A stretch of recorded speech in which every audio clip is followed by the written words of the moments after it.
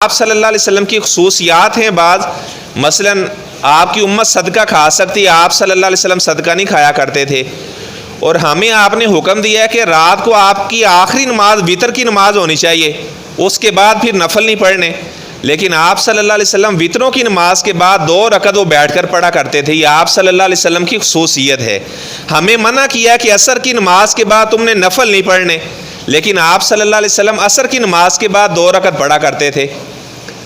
تو آپ صلی اللہ علیہ وسلم کی میں نے بتایا کہ 11 آپ کی ازواج تھی اور 2 آپ صلی اللہ علیہ وسلم کی لونڈیاں تھیں۔ جس ترتیب کے ساتھ آپ نے نکاح کیے تھے وہ ترتیب ایک دفعہ دوبارہ میں ریوائز کر دیتا ہوں تاکہ آپ کے ذہن میں رہے۔ آپ کبھی کس سے پوچھ لیں کہ آپ صلی اللہ علیہ وسلم کا سب سے آخر میں نکاح کس سے ہوا ہے، تو ہمارے بھائیوں کو اس بات کا علم نہیں ہوتا۔ تو سب سے پہلا نکاح آپ صلی اللہ علیہ وسلم کا ہوا حضرت خدیجہ بنت خویلد کے ساتھ، دوسرا نکاح آپ صلی اللہ علیہ وسلم کا ہوا حضرت سودا بنت زمع کے ساتھ،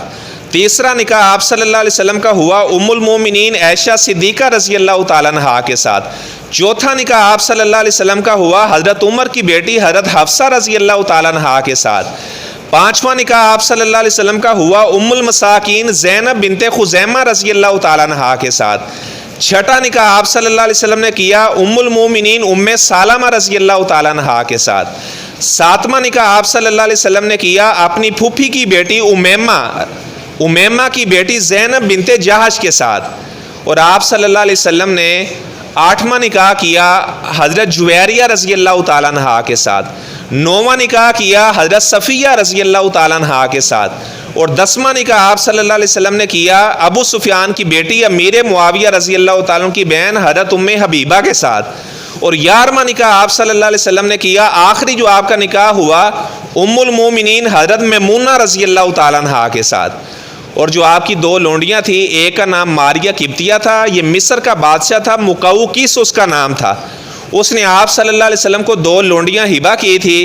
تو آپ صلی اللہ علیہ وسلم نے ایک لونڈی حضرت حسان بن ثابت کو دے دی جو اشعار پڑھا کرتے تھے، اور جو ماریہ قبطیہ تھی وہ آپ صلی اللہ علیہ وسلم نے اس کو آزاد کیا اور اس سے آپ نے نکاح کر لیا۔ بعض نے حضرت ماریہ قبطیہ کو بھی آپ صلی اللہ علیہ وسلم کی ازواج میں شامل کیا ہے۔ میں نے بتایا کہ آپ صلی اللہ علیہ وسلم کی ساری اولاد حضرت خدیجہ کے بطن سے ہوئی، 2 بیٹے 4 بیٹیاں، اور ایک بیٹا آپ صلی اللہ علیہ وسلم کا ماریہ قبطیہ رضی اللہ تعالیٰ عنہا کے بطن سے تھا جو آپ کی لونڈی تھی، بعد میں آپ نے آزاد کر کے اس سے نکاح کر لیا۔ تو آپ کا بیٹا تھا، آپ نے اس کا نام رکھا ابراہیم،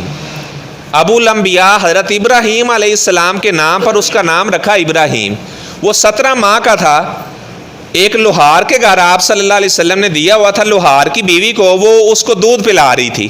عرب کے اندر یہ رواج چلتا تھا کہ دودھ پلانے کے لیے بچہ دوسرے کسی یعنی محلے کے اندر چھوڑ آتے تھے،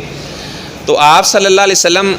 روزانہ اس لوہار کے گھر جاتے، اپنے بیٹے ابراہیم کو اٹھاتے اور آپ صلی اللہ علیہ وسلم اس کو بوسے دیتے۔ آپ صلی اللہ علیہ وسلم کو پیغام آیا کہ آپ کا بیٹا ابراہیم اس کی طبیعت ناساز ہے تو آپ تشریف لائیں۔ آپ صلی اللہ علیہ وسلم گئے تو آپ نے وہ 17 ماہ کا ابراہیم اپنے ہاتھ میں پکڑا، وَنَفْسُهُ يَتَقَاقَعُ، اس وقت اس کی جان ہنسلیوں سے پرواز کر رہی تھی۔ آپ صلی اللہ علیہ وسلم اِنَّ الْعَيْنَ تَدْمَعُ، آپ کی آنکھوں سے آنسو جاری ہو گئے۔ آپ نے فرمایا کہ آنکھوں سے آنسو جاری ہیں، وَالْقَلْبَ يَحْزَنُ، دل بڑا غمگین ہے، یا ابراہیم اِنَّا بِفِرَاقِكَ لَمَحْزُونُونَ، اے بیٹے ابراہیم تیری جدائی نے تو میری کمر کو توڑ کے رکھ دیا ہے۔ یہ تو کبھی آپ بوڑھے والدین سے پوچھے جن کا جوان بیٹا ان کی زندگی کے اندر ہی وفات پا جائے تو بوڑھے والدین کا کیا بنتا ہے، وہ تو ساری زندگی اپنے بیٹے کا صدمہ نہیں بولتے۔ حضرت عمر رضی اللہ تعالیٰ عنہ فرمایا کرتے تھے، یا اللہ میری زندگی کے اندر میرا بیٹا عبداللہ فوت نہ ہو جائے، یا اللہ عمر کے کندھوں میں اتنی طاقت نہیں ہے کہ اپنے بیٹے عبداللہ کی چارپائی کو کندھا دے سکے۔ تو آپ صلی اللہ علیہ وسلم کا یہ بیٹا آپ کے ہاتھوں میں اس کی جان نکل گئی، اور آپ نے فرمایا کہ میں اپنی زبان سے کوئی ایسا جملہ نہیں بولوں گا جو اللہ کو ناراض کر دے۔ انا للہ و انا الیہ راجعون آپ نے پڑھا۔ عبد الرحمن بن عوف صحابی نے کہا اللہ کے رسول صلی اللہ علیہ وسلم آپ بھی روتے ہیں؟